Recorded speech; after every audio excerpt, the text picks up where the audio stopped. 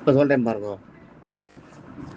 தேவலோக கணக்கு எப்படின்னா, தேவர்களுக்கு நம்ம ஒரு நாள் தான் அவங்களுக்கு, ஒரு ஆண்டு, ஒரு வருஷம் தான் அவங்களுக்கு ஒரு நாள். அதுதான் நம்ம முதலே சொல்லியிருக்கோம் இல்லையா, ஒரு ஒரு நாள் தான் ஒரு வருஷம். நம்மளுடைய ஒரு வருஷம் தான் அவங்களுக்கு ஒரு நாள். அது தட்சிணாயனம் 6 மாதம், உத்தராயணம் 6 மாதம், இது ராத்திரி இருட்டு பகல்ன்றதை உங்களுக்கு முதலே சொல்லியிருக்கேன்.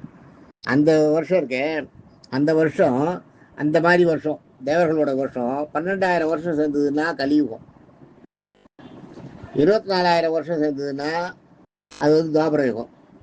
36,000 வருஷம் சேர்ந்ததுன்னா அது திரேதா யுகம். 48,000 வருஷம் சேர்ந்ததுன்னா 4,800 வருஷம் சேர்ந்ததுன்னா அது பேர் வந்து கிருதயுகம். 1200 தேவர்களுடைய வருஷம் ஆண்டுகள். தேவருடைய ஒரு நாள் தான் நமது ஒரு ஆண்டு. அவங்களுக்கு 360, அது மாதிரி 360 ஆண்டு சேர்ந்ததுனால அவங்களுக்கு ஒரு வருஷம் கணக்கு. அந்த மாதிரி அவங்களுக்கு ஒரு வருஷம் ஆகுது இல்லையா, அந்த ஒரு வருஷத்துக்கு கணக்கு எப்படின்னா, அந்த ஒரு வருஷன்றது வந்து அந்த மாதிரி 12,000 வருஷம் ஆகணும். 12,000 வருஷம் ஆச்சுன்னா அவங்களுக்கு ஒரு யுகம். அதுதான் கலியுகம். 12,000 வருஷம் கலியுகம். அதுக்கு நீங்கள் 24, 36, 48 அப்படி போட்டுக்கணும். அதுதான் அவங்களுக்கு மொத்த யுக கணக்கு. ஒரு சதுர யுகத்துக்கு ஆக வேண்டியது 12,000 வருஷம் வரும். 12,000 வருஷம் ஒரு சதுர யுகம்னு வரும்.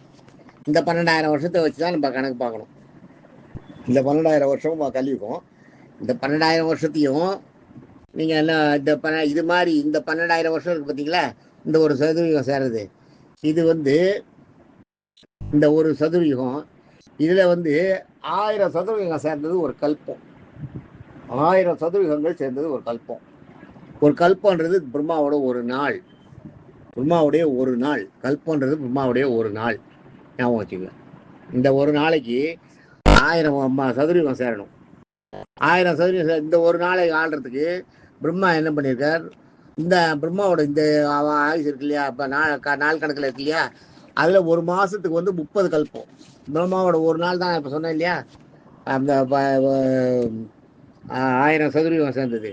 இந்த 1000 சதுரயுகத்தை ஆள்றதுக்கு பிரம்மா வந்து 30 கல்பம் அதில் வரும். அந்த இதில் ஒரு நாள்ன்றது இல்லையா, 30 ஒரு நாளைக்கு 30 நாள், 30 நாள் கணக்கு. ஒவ்வொரு கல்பமும் பிரம்மாவுக்கு வந்து ஒரு நாள் கணக்கு. ஒரு கல்பன்றது என்னன்னா சதுரயுகம்.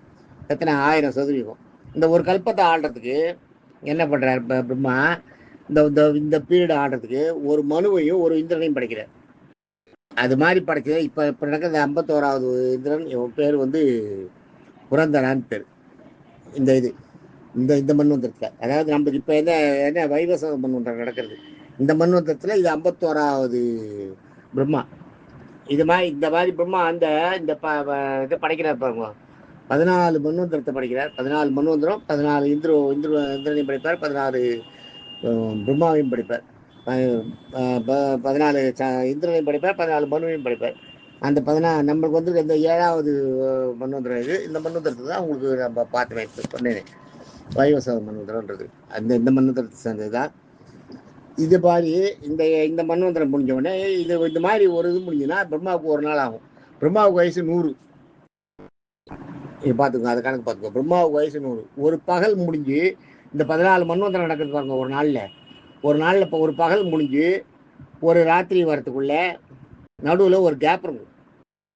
ஒரு ஒரு ஒரு மன்வந்திரத்துக்கும் இன்னொரு மன்வந்திரத்துக்கும் நடுவில் ஒரு சின்ன கேப். அது எவ்வளவுன்னா 4 கலியுக கணக்கு. 4 கலியுகங்கிறது 4,800 வருஷம். 4,800 வருஷம் நடுவில் ஒரு கேப் ஃபார்ம் ஆகும்.